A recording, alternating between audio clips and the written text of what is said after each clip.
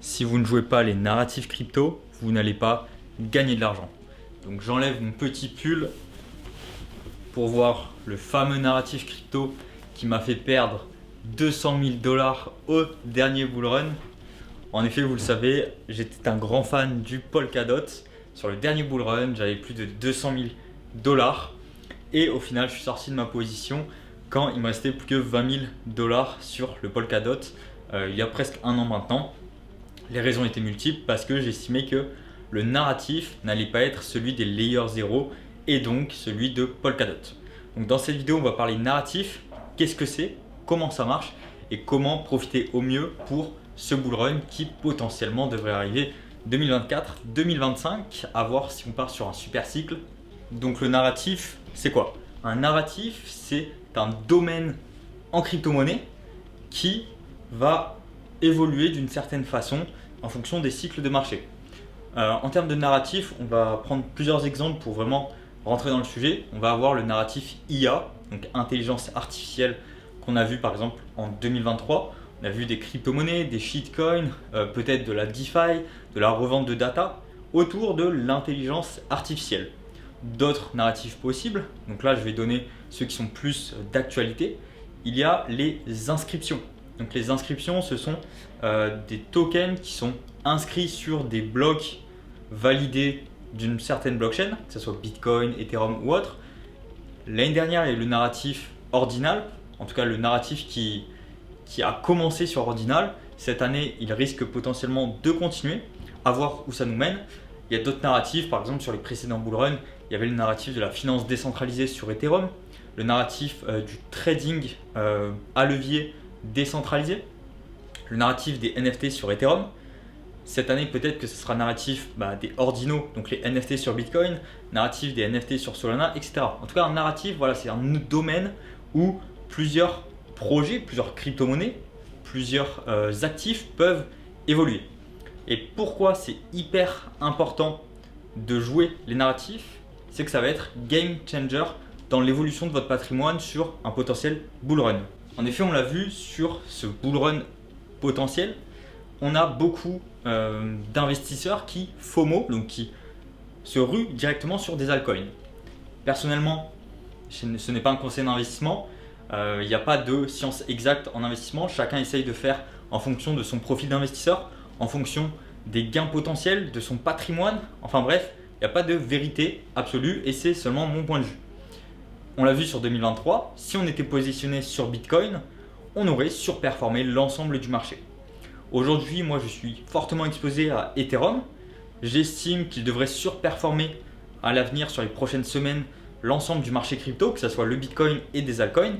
Et potentiellement, ensuite, je m'exposerai de plus en plus sur les prochains mois sur les narratifs, pas des narratifs, plutôt sur les altcoins en fonction de différents narratifs. On l'a vu, on a eu des explosions sur certains altcoins ces dernières semaines. Pour autant, ça ne remet pas du tout en question du schéma classique où lorsqu'on a subi un gros bear market de 2 ans avec des moins 60, moins 70% sur Bitcoin, Ethereum, et bien quand des nouveaux capitaux arrivent, quand des nouveaux acteurs rachètent de la crypto-monnaie, c'est d'abord Bitcoin qui prend valeur. C'est logique, on ne va pas s'exposer sur des altcoins très peu liquides qui juste on achète 10 000 dollars et la crypto-monnaie fait 1 x 5 à 1 x 10. Donc c'est normal que le Bitcoin monte en premier. Théoriquement, sur les précédents cycles, c'était de cette façon, et d'un point de vue finance traditionnel, c'est de cette façon. C'est d'abord les grosses capitalisations, puis les médiums, puis les small caps. Donc ensuite Bitcoin, devrait y avoir Ethereum, et ensuite les altcoins. Sur les altcoins, pareil, hyper important de jouer justement les narratifs. Parce que le but pour optimiser son patrimoine, surtout en crypto-monnaie, ce n'est pas de se dire ok, je sais que l'intelligence artificielle sur ce token, par exemple le Tao, le BitTensor, alors personnellement je n'en ai pas. Il y a beaucoup d'influenceurs, surtout en francophonie, c'est pour ça qu'on en a entendu parler. On en a acheté à 40 dollars. Il est monté à 400 dollars, il me semble. Et là, il doit être, je crois qu'il a fait un plus haut aujourd'hui à 420 dollars. Enfin bref, ce n'est pas forcément le moment d'en acheter. Le truc, il a déjà fait x10. Pour la probabilité que ça refasse un x10 derrière, c'est un petit peu compliqué. Pour autant, le narratif intelligence artificielle peut être intéressant. Et du coup, Le but, c'est pas d'acheter une crypto-monnaie en phase d'accumulation et de le garder jusqu'à l'ATH. Ça me fait rire les gens qui disent moi je revendrai à l'ATH. C'est pas possible, personne ne revend tout en haut, personne ne sait quand c'est l'ATH. Enfin bref, le but, c'est pas d'acheter un altcoin et de le garder pendant 1 an, 2 ans en fonction de l'évolution du cycle haussier. Mais le but, c'est justement de récupérer des profits sur des crypto-monnaies pour potentiellement en racheter d'autres. Je vous mettrai en lien une grosse formation que j'ai faite sur ma chaîne YouTube qui dure plus de 4 heures. Donc pour les courageux, n'hésitez pas à checker. D'ailleurs, si je vous apporte de la valeur, n'hésitez pas à vous abonner et laisser un petit like. Mais pour revenir, pourquoi c'est important de jouer les narratifs? Parce que si on achète par exemple le Tao, on fait 1 x 10, ok. Bullrun, peut-être ça va remonter, on fait 1 x 20. En soi, on a fait 1 x 20, que 1 x 20 sur cet altcoin. Alors oui, c'est énorme 1 x 20. Pour autant, généralement, personne ne met son capital total, personne ne met 100 000 balles sur 1 x 20 sur un petit altcoin comme ça au tout début. Donc le but, c'est de faire des multiples sur des altcoins. Donc on va acheter plusieurs narratifs, par exemple l'intelligence artificielle, Ordinal sur Bitcoin, etc. Enfin bref, je ne vais pas les citer ici, je ferai peut-être une autre vidéo si ça vous intéresse. Et dès qu'il y a une narratif qui commence à avoir de l'engouement, potentiellement ça peut être intéressant de recharger certains altcoins. Une fois que ce narratif a fait des potentiels gains, eh bien, imaginons le narratif IA refait 1 x 10 sur les prochaines semaines, ça peut être intéressant de prendre des profits si il y a certains altcoins qu'on a choisis qui ont fait 1 x 10. Et ensuite, ce x 10, on va le récupérer pour aller sur une autre narrative qui, on peut voir potentiellement, aura de l'engouement sur les prochaines semaines. C'est beaucoup plus facile de faire 1 x 10 sur un narratif, puis de changer de narratif pour refaire 1 x 10 que de faire x 10 ici, enfin que de faire x 100 directement. Quand un narratif fait x 10 déjà, il augmente sa capitalisation totale.